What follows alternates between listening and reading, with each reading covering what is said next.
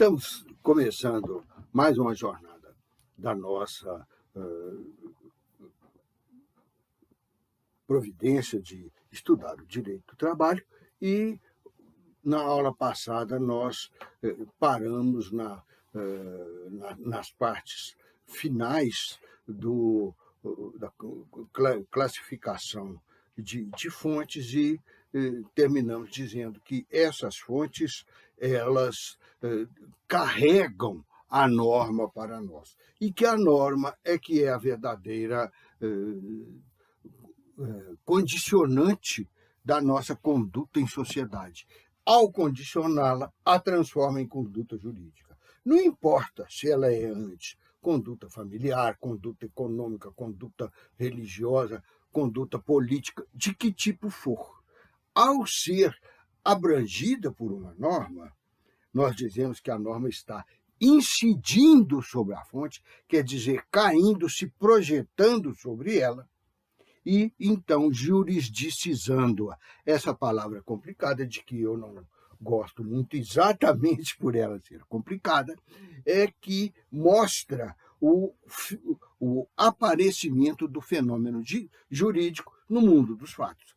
Até aqui, nós estávamos tratando do justo, do jurídico, abstratamente, ele enquanto ele mesmo, como é que ele nasceu, como é que ele se formalizou, como é que ele atende ou colhe interesses para disciplinar a nossa vida e, com isto, realizá-los. Através da realização do interesse, como já mostraram aqueles esquemas anteriores, nós vamos ter também a satisfação das necessidades e vamos ser cidadãos mais realizados. Às vezes, tão mais realizados que passamos a ser pouco cidadãos.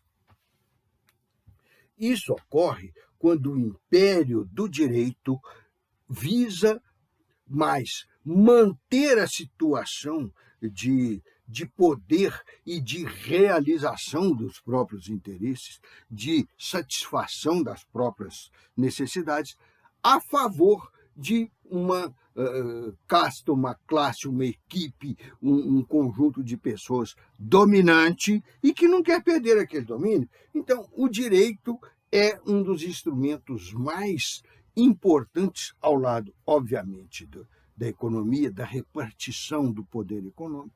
O direito é um dos fatores mais importantes para eles manterem esse poder de carrear as coisas através dos princípios jurídicos para si mesmos.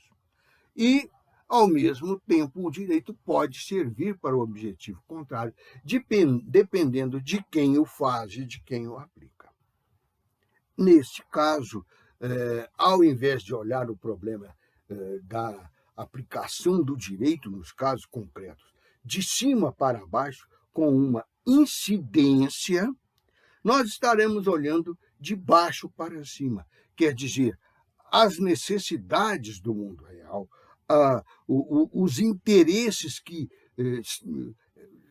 se digladiam entre si, claro, mas no mundo fático, e a disciplina que nós devemos, ou que a sociedade disciplinada pelo Estado, no nosso caso, ou por qualquer exercício de poder, em qualquer caso de estados diferentes do nosso, nós vamos ter um processo de esses fatos que vivemos, esses fatos que compõem o nosso relacionamento social, e eu falo social para abranger todas as formas de relacionamento possíveis.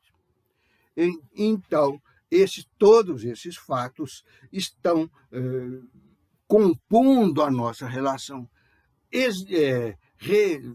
realizando, estruturando a possibilidade de conflitos que, com a oposição entre nós, pode gerar litígios e ferir o mundo jurídico posto e pressuposto para a nossa convivência social. Então, nós vamos ter, desse ponto de vista de olhar o fato debaixo do próprio fato, do próprio ato humano, da própria relação social, que vai se transformar em jurídica, nós, olhando para cima, nós vamos ver as normas a que nós devemos seguir. É a superestrutura jurídica da nossa estrutura social vital, da nossa estrutura econômica. Então, ao fazermos isto e adequarmos os nossos fatos àquela legislação, nós estamos oferecendo a operação contrária à da incidência. Nós estamos oferecendo a subsunção. Este que está abaixo se assume, se concretiza ou se disciplina de acordo com os ditames que estão acima. Então, eu fiz este esquema que está no início da aula e que nos mostra exatamente essas duas figuras opostas da incidência e da subsunção. Opostas direcionalmente falando, porque elas, na verdade, constituem um e único fenômeno jurídico, olhado de dois pontos de vista diferentes. De cima para baixo, nós temos os fatos descendo para abocanhar a norma. Do ponto de vista desculpem, os fatos descendo não é para abocanhar a norma, pois isso está inverso aqui, eu estou falando da subsunção. São as disciplinas de fatos, as concepções teóricas do homem para disciplinar a sua vivência em sociedade, estão descendo para abranger os fatos, para disciplinar, caem as regras sobre os fenômenos fáticos, os atos humanos, a relação social entre os homens, a postura deles nas possíveis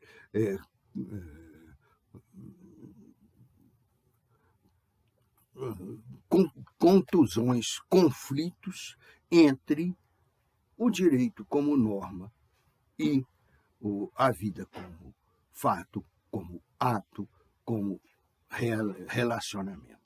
E aí vamos ver que, na verdade, quem é disciplinado não é o fato ou o ato em si. Quem é disciplinado é o homem que o realiza, que pretende realizá-lo, que tem interesse de realizar. Lá do mundo da disciplina fática, da disciplina dos fatos idealmente pensados para o homem, pelo homem, para lhe constituir as diretrizes da vida no mundo social, desce a essa disciplina estatuída e introjeta-se na nossa vida e nós começamos a agir de acordo com elas, obedientes a ela. Então, nós é que realizamos os atos e nós é que deixamos neles as consequências, os corolários, os resultados, como dizem os remédios, as bulas de remédio, os efeitos colaterais de nosso comportamento. Então, nós é que somos os disciplinados. O direito, como eu expliquei desde o início, ele é humano. Ele não disciplina um boi, ele não disciplina um pé de manga, ele não disciplina o curso de um rio. E ele disciplina o homem, dono do boi, o homem aspirante às mangas do pé de manga, o homem que quer atravessar o rio, ou que quer desviar o rio para sua fazenda, ou que quer transformar o rio em fonte de água para a irrigação de suas plantações. Ou, por fim, que quer fazer uma barragem no rio para produzir energia elétrica. Então, todas essas condutas humanas, essas diversas finalidades da ação humana, podem interferir nas ações de terceiros, podem interferir até na natureza, até na configuração do próprio mundo. E como alguém não se interessa por isso, ou melhor, interessa que esses fenômenos aconteçam, é a favor deles, não a favor de mim, eles me impõem o direito. Esta imposição do direito, então, que eles descarregam em cima de mim, como se fosse um raio, como se fosse uma fonte de energia que energiza meus atos, está incidindo sobre o meu comportamento. Agora, se eu olhar esse mesmo fenômeno do lado de baixo para cima, eu vou ver que os atos da minha vida, na medida em que eles fazem contatos com terceiros, ou que eles modificam o mundo como um todo assim, porque o mundo é um todo. É claro que eu vou modificar uma pequena parte desse mundo.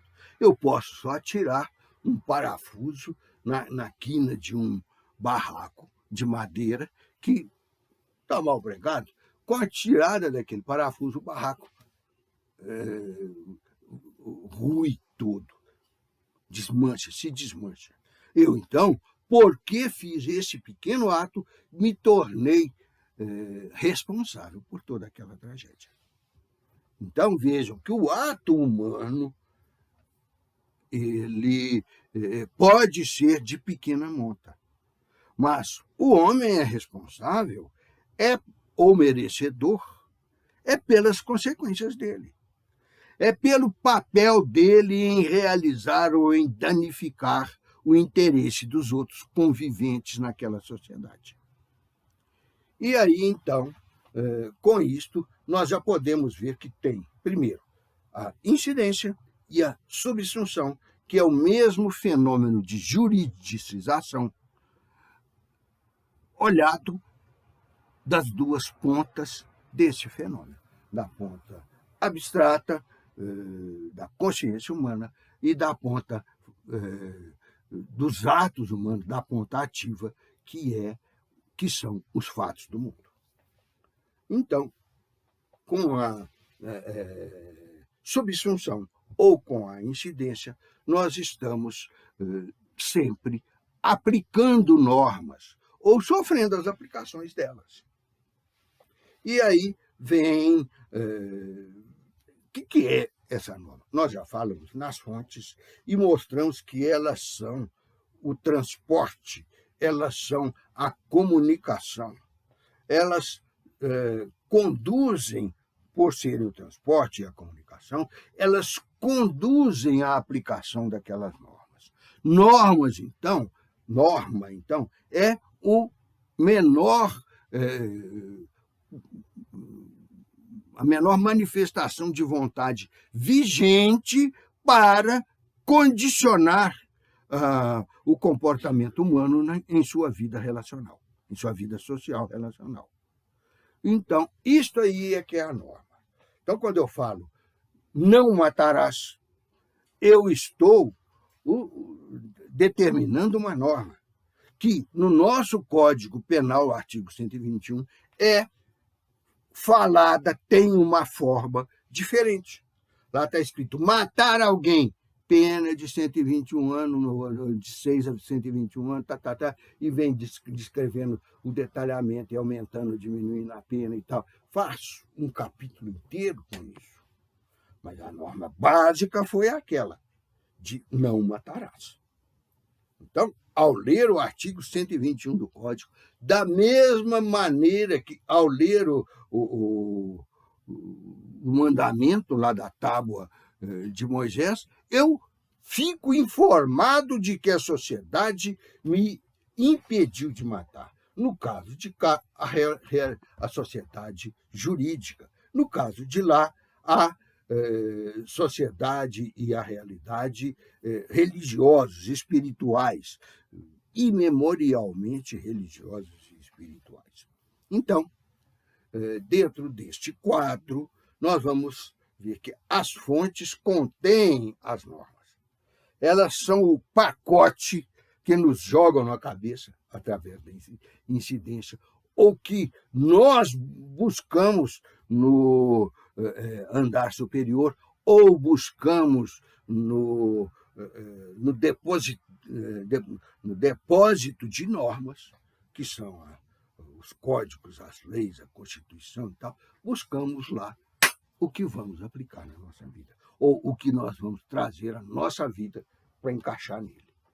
Este é o caso da subsunção. E, com isto, nós estamos migrando do nosso ponto referente às fontes e passando para o ponto referente às normas. Eu já dei agora mesmo o conceito de normas e preciso seguir caracterizando essas normas, como caracterizamos a relação de emprego, como caracterizamos o emprego com base lá no artigo 2º e 3º da CLT, como caracterizamos o fenômeno jurídico através da relação de emprego, através das menções que eu já fiz ao contrato de trabalho, que nós vamos estudar agora como último aspecto desse ponto que estamos começando hoje, que é o ponto das normas. Por quê? Porque o contrato individual de trabalho é tido como uma fonte de direito do trabalho. Eu acredito nisso, a professora Alice acredita nisso, os autores mais de peso no nosso direito, mais consagrados, como o Arnaldo Susequinde, o Evaristo Moraes Filho e tal, têm esta linha de pensamento, de entender o contrato individual de trabalho, exatamente por ser individual, como a norma mais próxima da gente, mais próxima do súdito do direito do trabalho.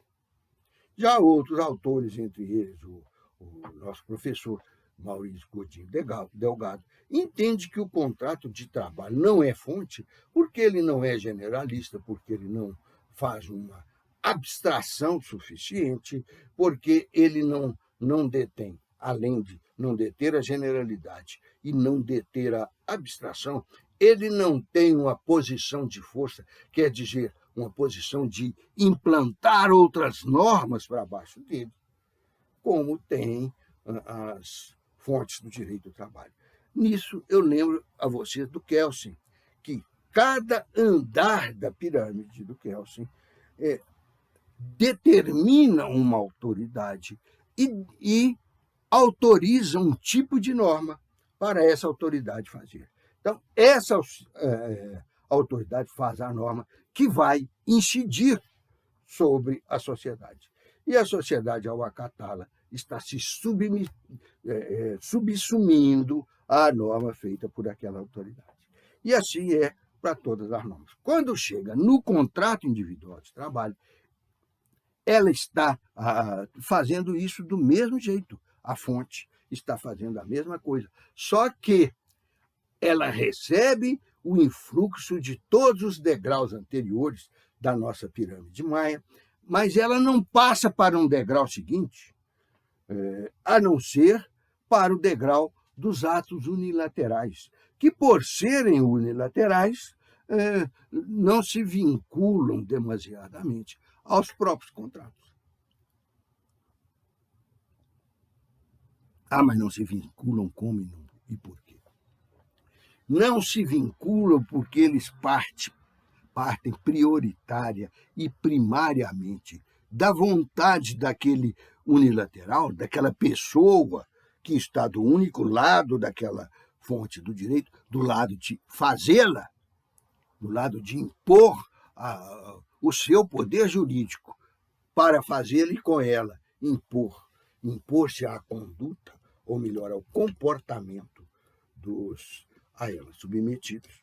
Então, nós vamos ver que o contrato de trabalho encerra a pirâmide normativa. Temos abaixo dele os atos unilaterais, mas esses atos unilaterais, no meu entender, apesar de pertencerem também à pirâmide normativa, porque são autorizados e reconhecidos por ela, eles constituem o chão,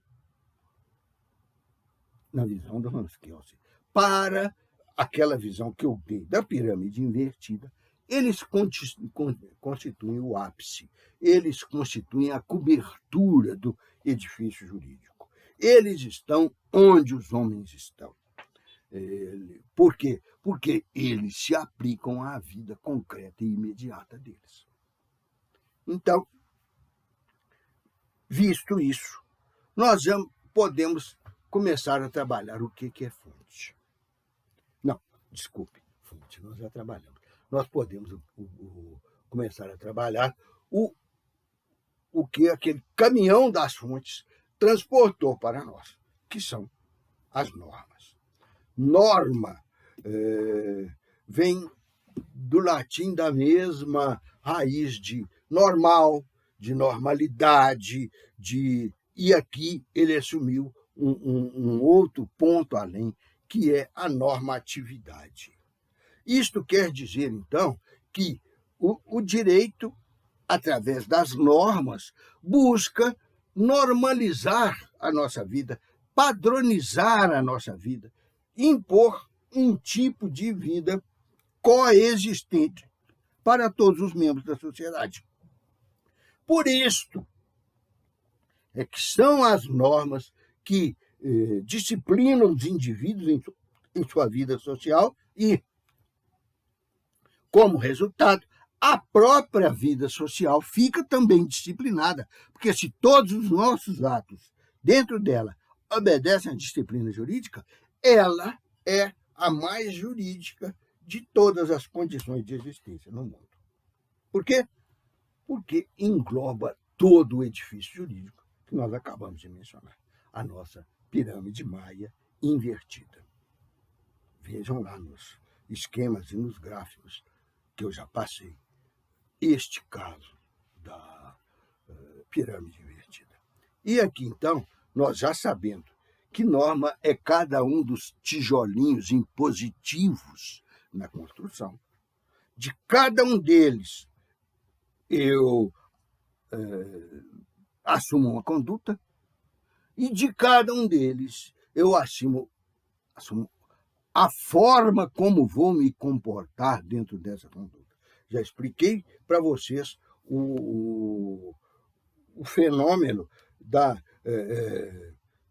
do transporte mental do ser humano até o ato físico que ele realiza. Primeiro vem a parte da consciência, da ideologia, da neuropsicologia, que faz com que nós nos tornemos produtores ou cientes de algo que visa acrescentar a nossa pessoa, ou melhorar a nossa existência, um objeto novo, uma satisfação nova. E se eu estou visando a uma insatisfação, então eu estou satisfeito. Se eu estou visando a uma satisfação, em consequência daquela insatisfação, eu tenho uma necessidade a satisfazer, a abastecer. E se eu tenho uma necessidade a abastecer, eu vou pular no mundo e ver onde é que tem algo que abasteça essa minha necessidade. Este ato de pular no mundo e procurar é o interesse. O interesse é o resultado de nosso incômodo. Com o interesse, nós vamos acionar o mundo.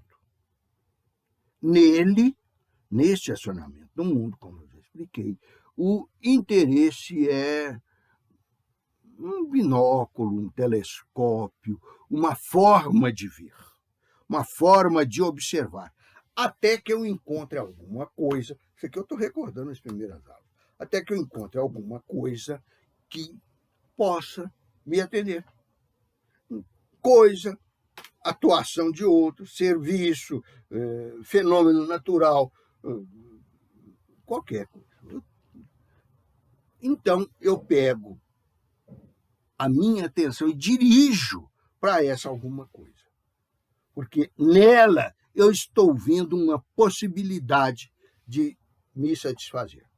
Ora, se eu estou vendo uma possibilidade de me satisfazer, se eu estou vendo uma possível conquista para realizar o meu interesse, Então, aquela coisa é boa para mim, aquela coisa vai me dar uma satisfação, mas isso é o que eu penso.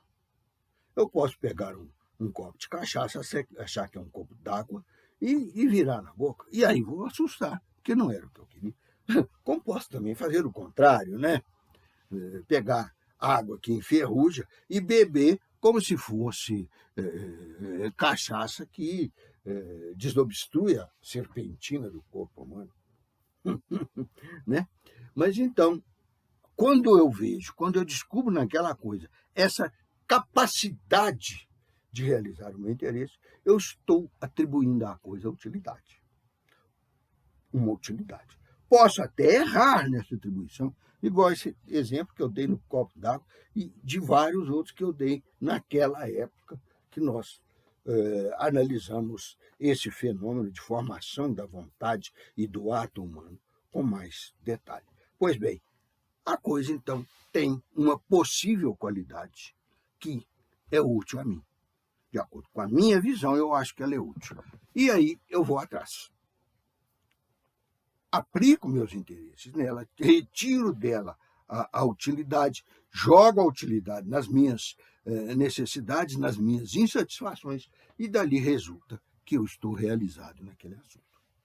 Então, à medida que vai sendo produzida essa cadeia de atos psíquicos humanos, o inominado, desculpe, conjunto das nossas pretensões, das nossas insatisfações, das nossas energias que as mordam, formam uma pretensão que cai na peneira mental ainda das nossas condutas. Aí eu vou fazer um julgamento, um discernimento daquilo e vejo que é legítimo, que é possível. Se eu resolver ir para o sol, não é nem legítimo, nem possível e nem útil, porque antes de eu ver o sol de perto, ele já me assou feito um carneiro na churrasqueira.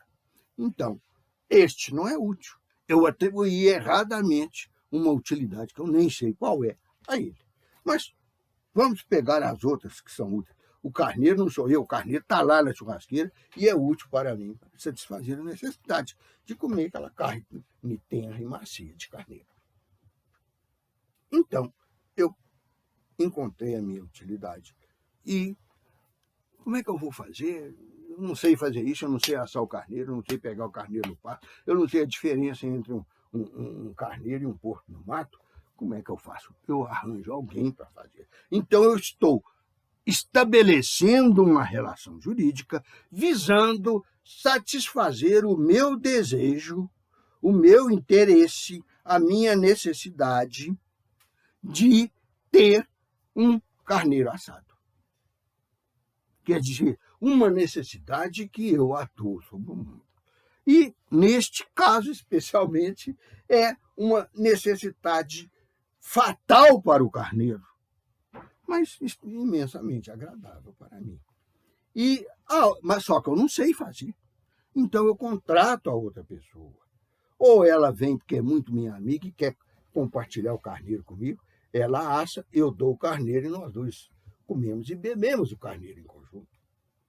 Ou ela vem porque é meu pai, é meu filho, é alguma pessoa sobre a qual eu exerço influência, e eu vou exercer essa influência exatamente no sentido de influenciá-lo para assar o carneiro. Ou, em terceiro caso, e aí é o que nos interessa, eu contrato aquela pessoa para assar o carneiro. Mas ainda aí eu tenho algumas alternativas. Ou eu contrato para ela só assar o carneiro, depois dar tchau e ir embora, e eu estou contratando-a de uma maneira eventual, quer dizer, apenas para aquele evento de assar o carneiro para mim. É eventual porque não detém habitualidade. Não é realizada todo dia. não é um fim daquela pessoa passar a vida assando carne. Então, ele vem assar só aquele dia. É um gesto esporádico. E aí falta, vejam como é que eu estou analisando o fenômeno, com base naquelas características da relação de emprego, do contrato de trabalho e do direito do trabalho, que nós já vimos. Eu contrato aquela pessoa para assar carneiro para a minha vida inteira, aí é diferente. E provavelmente não vai ser possível, porque deve ficar muito ruim comer carneiro 365 dias por ano e depois recomeçar a comer carneiro por mais 365 dias. Né? Pelo amor de Deus. Mas então, eu contrato aquela pessoa, não é para fazer o carneiro que eu vou comer.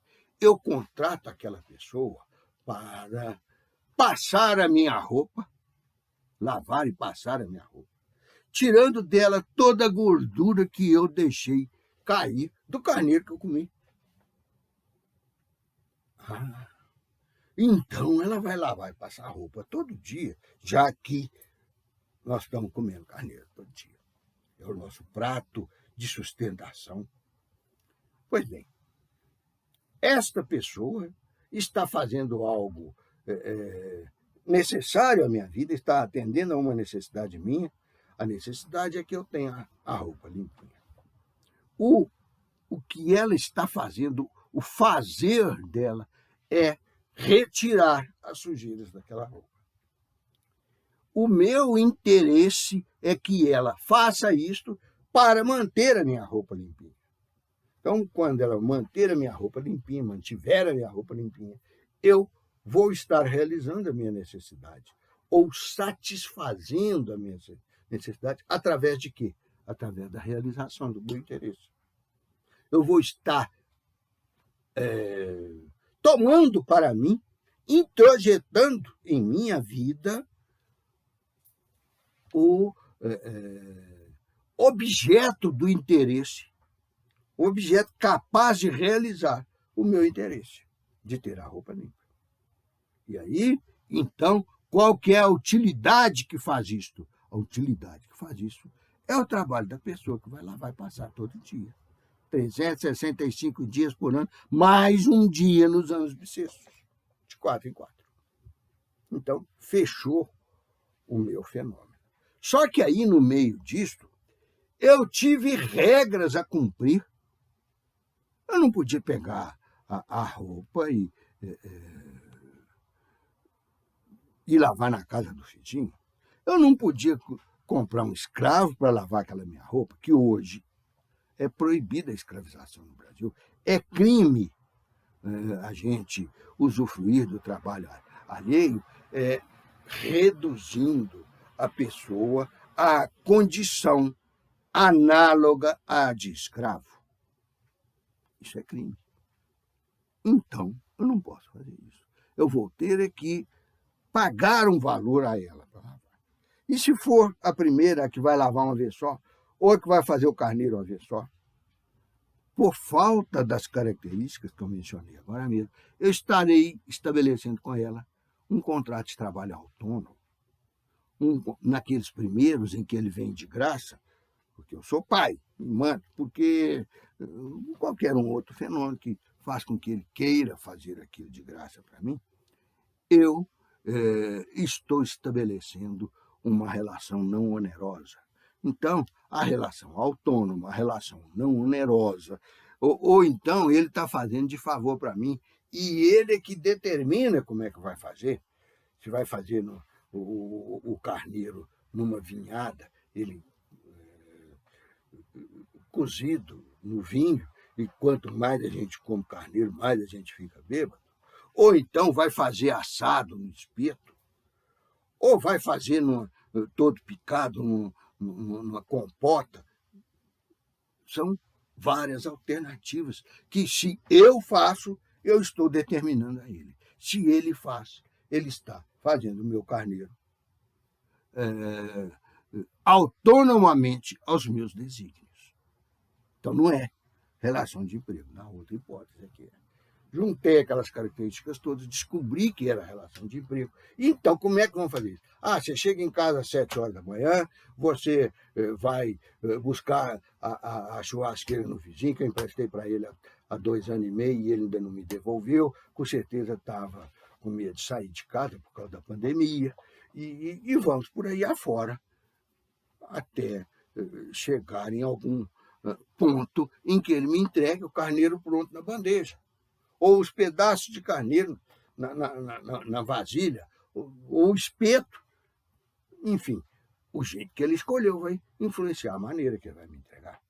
E com isso ele extinguiu a relação entre nós. Uma relação de trabalho, uma relação de serviço, mas que não era uma relação de emprego, já que durou só aquele dia e se extinguiu. E que não tinha uma condição permanente de continuidade. Agora, se essa pessoa, bem dotada de conhecimentos para assar carneiro, for trabalhar numa churrascaria, ela vai trabalhar lá todo dia. No final do mês, o dono da churrascaria, satisfeito com o bom dinheiro que ganhou daquilo, vai pagar a ele um salário. Ele talvez não fique tão bem satisfeito quanto o dono da churrascaria, mas vai ficar pelo menos um pouco, porque já recebeu o dinheiro para pagar as dívidas do mês passado ou as compras do mês futuro. Então, aí é relação de emprego. E tanto lá como aqui, no primeiro caso que eu falei, foram seguidas condutas pré-determinadas. Houve uma disciplina de conduta. E cada ato daquela conduta, então, recebeu a incidência de uma norma sobre ele, de um comando de ação. Ou então, só virando o carneiro de baixo para cima, cada ato daquele processo, até o momento em que eu satisfiz a minha necessidade lá atrás, deixei de querer, e aí o processo se dissolveu porque estão faltando seus impulsos iniciais ou seus impulsos permanentes. Eles iniciaram aquilo tudo, mas permaneceram enquanto durou a relação de emprego. Ou a relação de emprego durou enquanto permaneceram aqueles impulsos iniciais. Eu estou satisfeito, não quero mais carneiro, não vou mais pagar salário àquela pessoa, ou porque era autônomo eu paguei no final do dia, ou porque eu demito ele, mando ele embora e aí encerrei a relação de emprego. Tudo isso que eu falei, mais tudo que eu não falei, que está nesse processo que eu descrevi, é ato subordinado do empregado ao empregador, igual quando eu expliquei o artigo 2º e o artigo 3º da CLT, e os dois, o subordinado, que é o empregado, o subordinante, que é o empregador, obedeceram, se subordinaram ao ordenamento jurídico trabalhista. Por quê? Porque é o único jeito de fazer isso na nossa sociedade.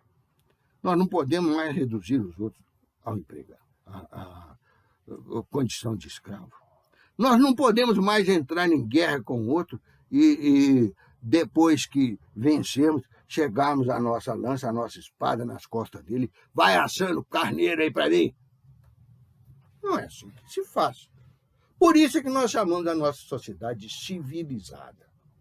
Isso não quer dizer estatizada, isso não quer dizer militarizada, isso não civilizada quer dizer que nós viramos civis, nós viramos pessoas que convivem. A essa convivência, na maior parte das vezes, eles chamam de cidade. Mas o importante é que se haja a convivência, mesmo que seja fora de cidade, ela nos gera como civis, como cíveis, como cidadãos que estamos trocando bem-estar, realização de interesses uns para os outros, reciprocamente. Então, cada comandinho daquele lá vai zelar por uma parte dessa nossa convivência, desse nosso relacionamento, dessa nossa atuação em conjunto. E aí esse pedacinho que ordenou aquela pequena parte da nossa atuação em conjunto é uma norma. Então, o que é a norma? A norma é um condicionante de comportamento que, durante uma relação, incide sobre os atos humanos, civis, que realizam os interesses das pessoas. Eu não falei que é dos interesses recíprocos, porque recíprocos são os que derivam do contrato. O pai e a mãe realizam aquilo tudo para o filho sem haver reciprocidade. Porque a obrigação dele também existe, a norma para ele também existe, mas vem de outra parte da lei. Vem de outra parte dos comandos jurídicos que a gente recebe. Então, chegamos ao ponto em que está no momento da realização do interesse. Está no solene e nobre momento em que vamos encerrar o nosso processo volitivo e o nosso relacionamento social, cada um dando ao outro não mais o que é seu. Igual naquela parêmia romana, sum cuique et tribuere. Não. Aqui nós estamos ao outro, dando ao outro o que não é dele, o que ele entrou naquela relação para obter, e vice-versa. No nosso caso específico, essas duas coisas constituem a relação de trabalho. E aí nós vamos ver as normas sobre relação de trabalho. Pois bem, norma é para mandar. Cada norma incide sobre um pequeno ato do ser humano. Cada ser humano se submete a um conjunto normativo diferente e, no final das contas, com essa submissão, eles realizam os interesses possíveis e permitidos pelo ordenamento jurídico. Então vejam o tanto de liberdade que nós já perdemos por existir um ordenamento jurídico. Mas vejam, ao mesmo tempo, o tanto de realizações novas, de interesses novos e de convivência social, de relacionamento social, que nós já ganhamos exatamente porque essas normas nos permitem viver com os outros, pacificamente com os outros. Por isso, uma das finalidades do direito é a paz social, e satisfeitos nessa comunhão com os outros. É outra parte, a parte de satisfazer os interesses que constituem as finalidades do direito. Então, as normas já estão aí, já estão postas por nós. E as normas vêm todas do mesmo jeito, como um sujeito com chicote, falando para fazer isso ou aquilo? Não. As normas e as punições por ela vêm de maneira muito mais discreta, suave e até disfarçada, como está num livro que eu já falei dele para vocês, o Vigiar e Punir. Esse livro, eu mostrei ele para vocês, deixa eu olhar aqui se ele está ali.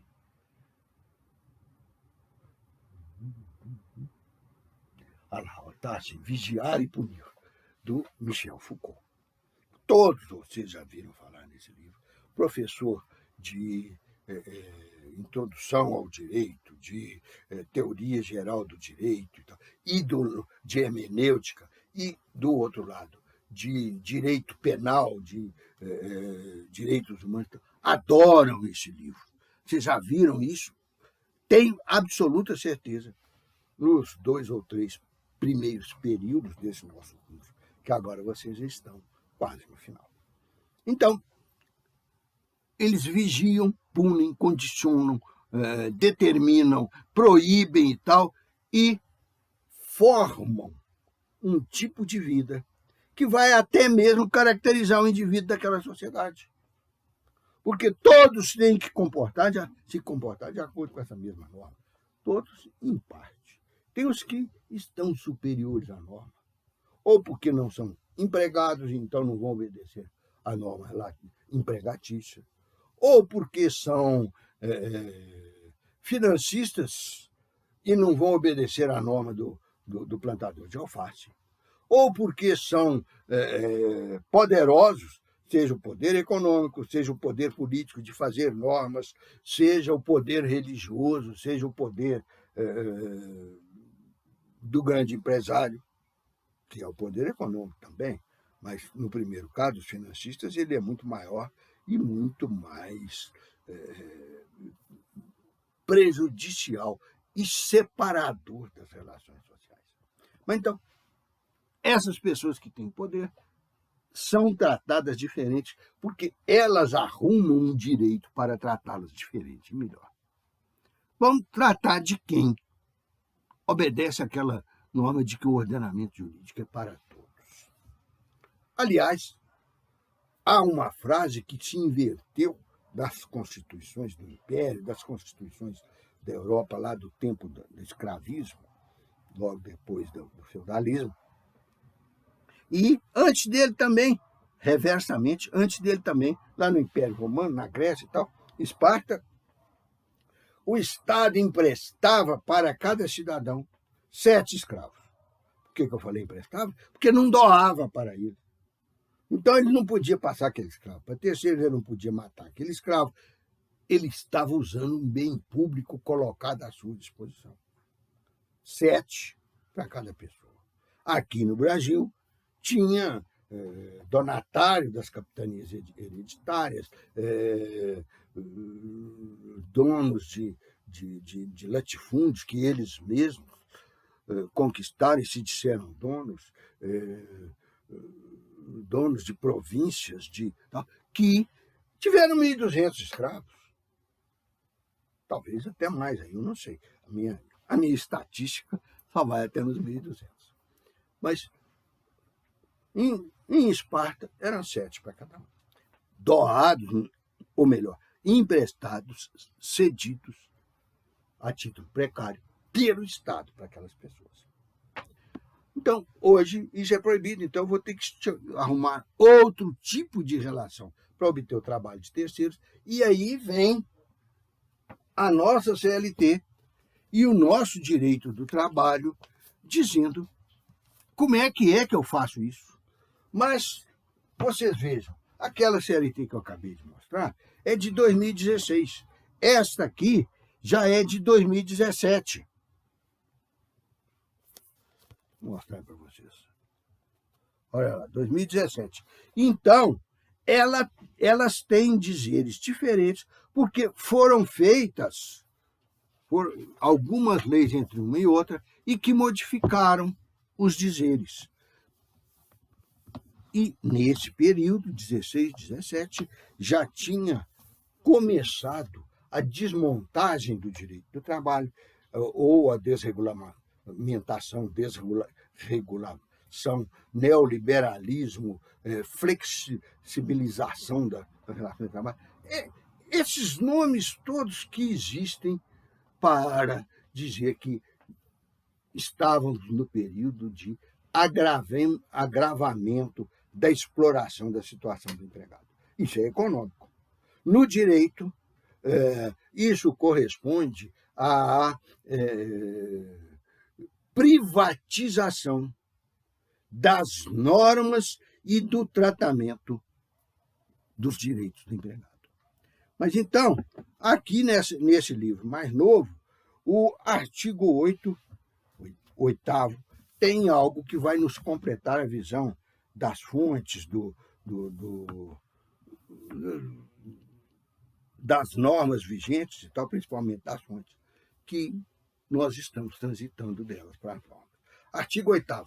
As autoridades administrativas e a Justiça do Trabalho, na falta de disposições legais ou contratuais, decidirão, conforme o caso, pela jurisprudência, por analogia, por equidade e outros princípios e normas gerais de direito, principalmente do direito do trabalho, e ainda, de acordo com os usos e costumes, direito comparado, mas sempre de maneira que nenhum interesse de classe ou particular prevaleça sobre o interesse público. A relação de trabalho atende interesse particular? Ela é feita para isso. O interesse particular do empregador de ter em seus produtos a força que ele manipulou e que é dos seus empregados. E o interesse particular do empregado em receber o salário pela cessão da sua força de trabalho, individual de trabalho. Então,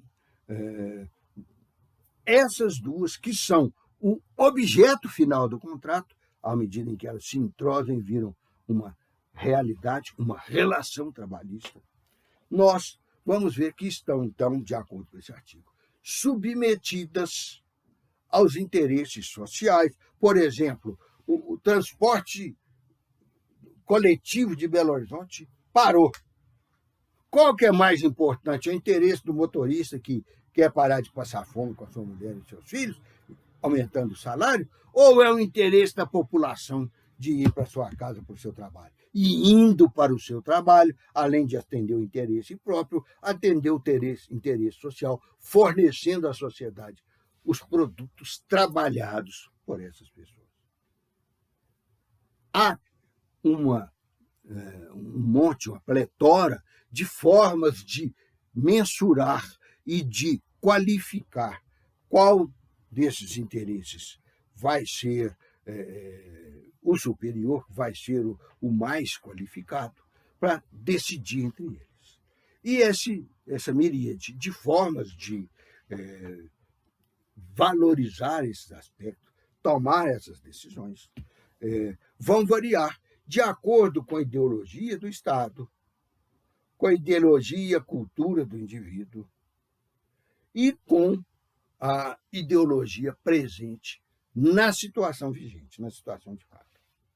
Então, aí nós vamos ver gente que, por crer no mundo capitalista, vai achar que a vantagem maior, o interesse prioritariamente atingido, é do empregador, é da classe dos proprietários, é da classe dos capitalistas, porque eles é que detêm a riqueza social.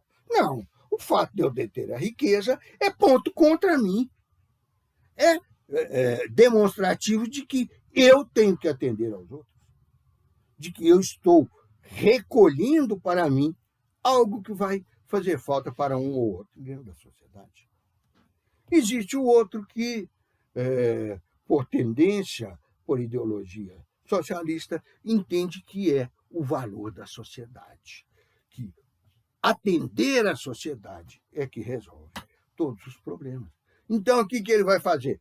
Obrigar os motoristas de ônibus a ir trabalhar e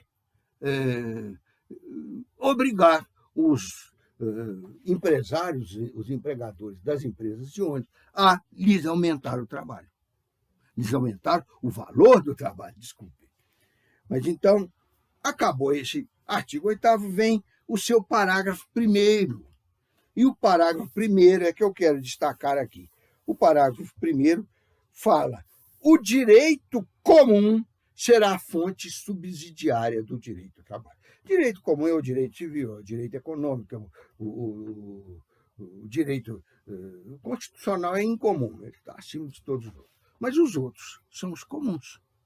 Então, aqui está mandando usar todos os outros. E pelo direito econômico, eu não posso deixar empregado passar fome. E pela CLT, eu tenho que respeitar os direitos humanos daquele empregado. E pela legislação comercial, bancária, empresarial, eu tenho que ter aquele indivíduo com dinheiro na mão, com condições de comprar, de movimentar o comércio e de gerar riqueza para os empresários. Então, este é que deve ser o interesse prioritário. Consequentemente, A solução vai ser aumentar o salário e garantir o transporte coletivo. Então vejam que, dependendo da ideologia, a pessoa tem uma escala de valores diferente. E este mesmo parágrafo já refletiu isso, porque antigamente ele foi mudado, gente, pela Lei 13467 de 2017. Antes, ele tinha mais um pedaço no final. Este pedaço no final dele era muito interessante, porque obrigava a tratar o assunto de um jeito mais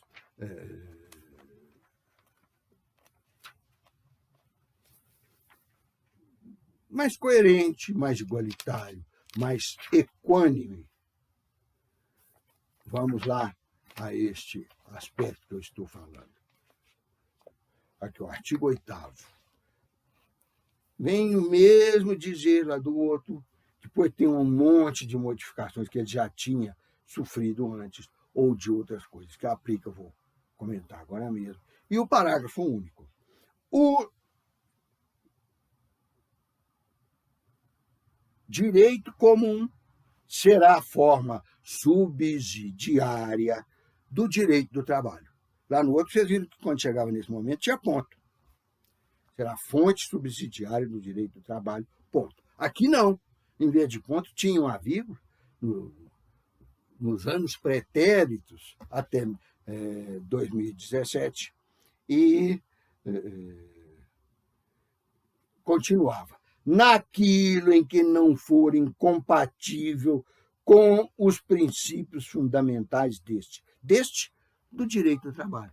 Quer dizer, eu posso aplicar uma norma que vem lá do direito proprietário e fala que o cidadão empresário é que era o proprietário da empresa, e então eu devo dar prioridade em todas as minhas interpretações e em todas as minhas aplicações ao direito para o interesse dele, como diz o multicitado por nós aqui, Rudolf von Ehring, o direito é o interesse juridicamente protegido. Então, como o direito estaria protegendo o empregador, eu teria que voltar todas as normas e todos os comportamentos exigidos por ela para a pessoa e o interesse do empregador. Mas não é assim que funciona numa sociedade pacífica, e o pacifismo é outra função do direito, como também fazer justiça. Então, está complicado isso.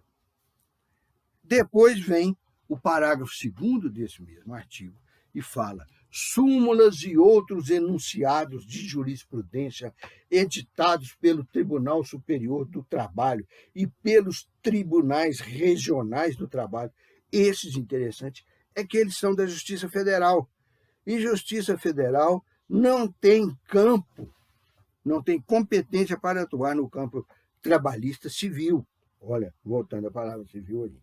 Ela tem poder a partir do artigo 37, 39 e tal. Ela tem poder da Constituição, esses artigos são da Constituição, para, então, essa Justiça Federal, nesses artigos. E lá nos artigos anteriores ao 114, quando fala da Justiça Federal, essa Justiça Federal tem poder para regular as relações de trabalho dos servidores públicos.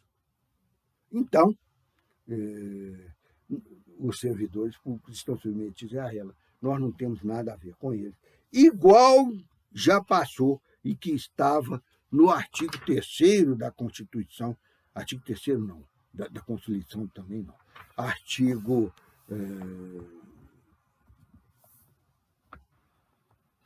7º,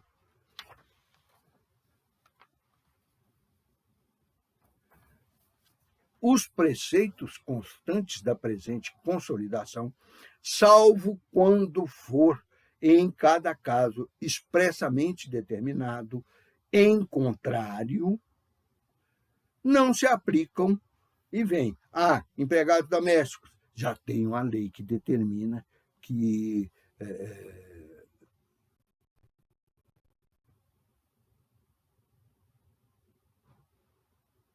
os empregados domésticos têm uma lei própria e que disciplina certas coisas e manda para a CLT disciplinar outras. E depois, B, aos trabalhadores rurais, também a mesma coisa. Já tem outra lei, uma lei que determina algumas coisas e depois manda para CLT, para o ordenamento próprio trabalhista, aplicar as demais. C, os funcionários públicos da União, dos estados e municípios e aos respectivos extranumerários em serviço nas próprias repartições. Isso aqui, ao invés de ter uma lei que disciplinou uma parte e jogou o resto para CLT, quer dizer, não revogou, mas abrogou em parte esse artigo 7º, porque diminuiu a incidência dele quanto a aqueles aspectos específicos lá das alíneas A e B. Aqui na linha C, não. Falou que não se aplica a esse pessoal e continua não se aplicando. Eles têm os estatutos de funcionário público. Dos funcionários públicos civis, um de cada força armada, o do judiciário, o do legislativo e tal. São estatutos, são a denominação das coletâneas CLT, consolidação de leis aplicáveis ao serviço público. Serviço público não é só como nome de uma estrutura de serviçais, não. É como referência ao trabalho, à cessão da força de trabalho desses serviçais para, através do Estado, toda a sociedade brasileira. E é interessante isso porque vocês vejam que nós temos um triângulo. Não é uma relação igual no contrato, que é bilateral, como nós estudamos entre as características das relações de emprego e dos contratos de trabalho. Aqui, ela tem 3 posições.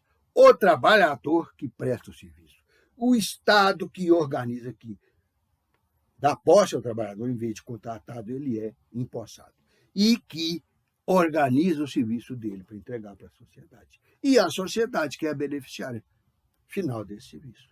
Então, no caso dos servidores públicos, a formação da relação de trabalho é trilateral. É um triângulo. Por isso, ele não é direito do trabalho. Enquanto for assim. Se mudar isso aqui, lá na Constituição, artigo 37, 39 e tal, aí eles poderão passar para a nossa ala dos integrados ao direito do trabalho. Mas aí, então, funcionários públicos da União, dos estados e dos municípios e aos respectivos extranumerários em serviço nas próprias repartições. O que quer dizer aqui? Que esses não são disciplinados pela CLT. Então, nós vamos ter uma disciplina seletista que se aplica aos trabalhadores civis. Construção civil, não é só ela. É toda a relação de emprego civil, mesmo que ela seja do poder público. Uma autarquia que contrata empregado, o poder público que faz um concurso que, no meu entender, é inconstitucional, desses concursos para pessoas temporárias, terceirizadas, que mais? Contratadas como apoio para as repartições públicas, para mim é inconstitucional, porque a Constituição só prevê 2 regimes de trabalho: o público e o privado. O privado está aqui na CLT, o público vocês vão estudar, ou já estudaram, no direito administrativo. Então, com isso, nós estamos encerrando essa aula de hoje e vamos nos despedir até a próxima aula, já sabendo que ela vai continuar esse assunto. Nós vamos acabar essa exposição da norma e vamos dizer algumas categorias dela. A primeira vai ser a dos princípios jurídicos, que são normas, e para isso eu vou usar com mais intensidade, apesar de usar aqueles outros livros, nós já estamos falando bastante nisso, mas vou usar com mais intensidade o da professora Vólia Bonfim, Vólia Catsar Bonfim, porque ela tem isso de uma maneira muito clara, que eu acho que me facilita a explicação. Então, final de aula, tchau para vocês, tudo de bom.